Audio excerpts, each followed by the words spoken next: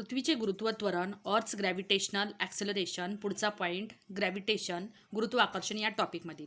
तर विद्यार्थ्यांनो, पृथ्वीचे गुरुत्व त्वरण म्हणजे काय? तर याच्या अगोदर पृथ्वीचे गुरुत्वीय बल किंवा पृथ्वीद्वारे जे प्रयुक्त केलेलं गुरुत्वीय बल काय आहे हे आपण समजून घेऊ.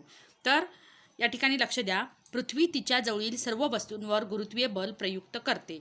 न्यूटनच्या दुसऱ्या नियमाप्रमाणे एखाद्या वस्तूवर प्रयुक्त होत असलेल्या बलामुळे वस्तूचे त्वरण होते.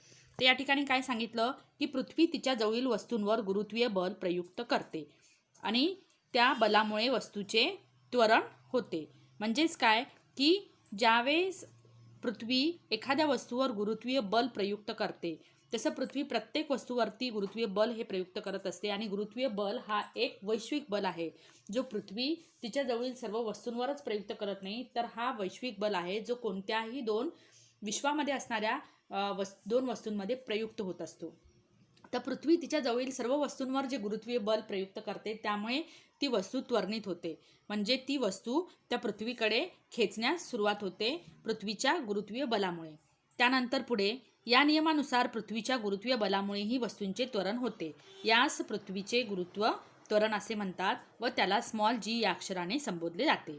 तर लक्ष द्या इकडे, पृथ्वीच्या गुरुत्वीय बलामुळे वस्तूमध्ये जे त्वरण निर्माण होते यास पृथ्वीचे गुरुत्व त्वरण असे म्हणतात. तर पृथ्वीचे गुरुत्व त्वरण म्हणजे काय की पृथ्वीच्या गुरुत्वीय बलामुळे वस्तूंचे जे त्वरण होते त्यास पृथ्वीचे गुरुत्व त्वरण असे म्हणतात आणि या त्वरणास स्मॉल जी या अक्षराने संबोधले जाते. त्वरण ही सदिश राशी आहे. त्वरण कोणती राशी आहे? सदिश राशी आहे. सदिश कशामुळे? कारण या राशीला व्यक्त करण्यासाठी परिमाण त्याचबरोबर दिशेची आवश्यकता असते. तर पृथ्वीचे गुरुत्वीय बल हे प्रामुख्याने क्षितिज लंब दिशेत असते. पृथ्वीच्या गुरुत्व त्वरणाची दिशा तिचे गुरुत्वीय बलाप्रमाणे पृथ्वीच्या केंद्राकडे म्हणजे क्षितिज लंब दिशेत असते.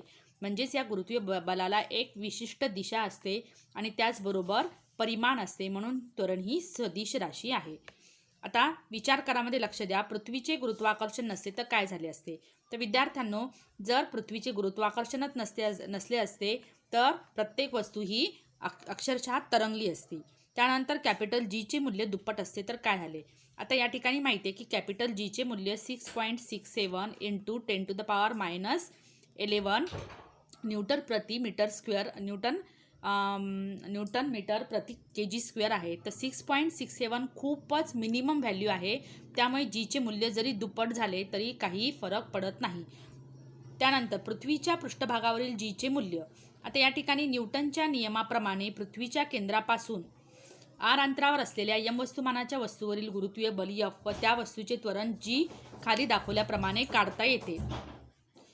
न्यूटनच्या नियमाप्रमाणे पृथ्वीच्या केंद्रापासून स्मॉल आर अंतरावर असलेल्या यम वस्तूचे. आता या ठिकाणी वस्तूचं वस्तुमान काय सांगितलं आपण? स्मॉल यम आहे आणि पृथ्वीच्या केंद्रापासून तिचं अंतर किती? आर आहे आणि त्यावरती F हे गुरुत्वीय बल प्रयुक्त होतं. तर या ठिकाणी जे वस्तूचे त्वरण निर्माण होते म्हणजे वस्तू पृथ्वीकडे खेचली जाते म्हणून जे त्वरण निर्माण होते आपण स्मॉल जीने इथे डिनोट करतो. या ठिकाणी लक्ष द्या, गुरुत्वीय बल बरोबर capital G into capital M into small m divided by r square. या ठिकाणी यम हे पृथ्वीचे वस्तुमान आहे. आता न्यूटनच्या गतिविषयक नियमानुसार समीकरणानुसार दुसऱ्या नियमानुसार F बरोबर m इंटू जी.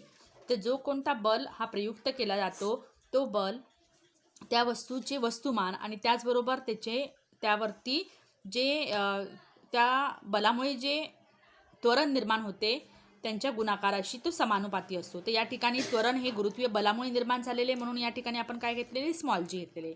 तर समीकरण 3 आणि 4 वरनं आपल्याला काय मिळतं की या ठिकाणी समीकरण 3 आणि 4 वरनं या ठिकाणी F लेफ्ट साईड सेम आहे म्हणून आपण दोन्हीही ज्या राईट साईड आहे ते इक्वेट करणार आहे. म्हणून 3 व 4 वरून काय मिळते आपल्याला? mg is equal to GM upon r square. तर विद्यार्थ्यांनो, या ठिकाणी स्मॉल एम कॅन्सल होणार आहे, राहतं काय? हा जी राहतो GM अपॉन आर स्क्वेअर. या ठिकाणी हे इक्वेशन दिलं, small g is equal to GM upon G capital M upon r square.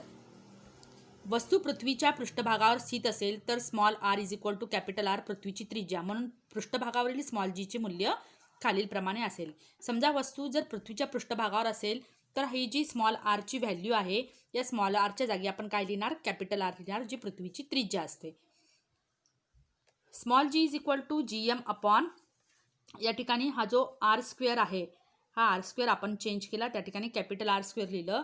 तर स्मॉल जीची जे एस आय एकक आहे, जी हा त्वरण आहे म्हणून एस आय एकक त्वरणाप्रमाण राहील मीटर पर सेकंड स्क्वेअर आहे. पृथ्वीचे वस्तुमान या ठिकाणी 6 × 10⁻24 किलोग्रॅम आणि तिची त्रिज्या आहे 6.4 × 10⁻6 मीटर आहे. आता समीकरण 6 प्रमाणे या ठिकाणी समीकरण 6 मध्ये आपल्याला या सगळ्या व्हॅल्यूज पुट करायच्या आहे. तर लक्ष द्या, इकडे व्हॅल्यूज आपण पुट केल्या. स्मॉल जीची व्हॅल्यू दिलेली आहे स्मॉल जी म्हणजे गुरुत्वीय त्वरण कॅपिटल जीची व्हॅल्यू लिहिली 6.67 × 10⁻11. एमची व्हॅल्यू लिहिलेली आहे 6 × 10⁻24 आणि आर स्क्वेअर म्हणजे पृथ्वीची त्रिज्या 6.4 × 10⁻6 whole square is equal to, या सगळ्यांचं आपण कॅल्क्युलेशन केलं, मिळते का आपल्याला उत्तर 9.77 मीटर पर सेकंड स्क्वेअर. तर हे त्वरण केवळ पृथ्वीचे वस्तुमान यम व तिची त्रिज्या आरवर अवलंबून असते.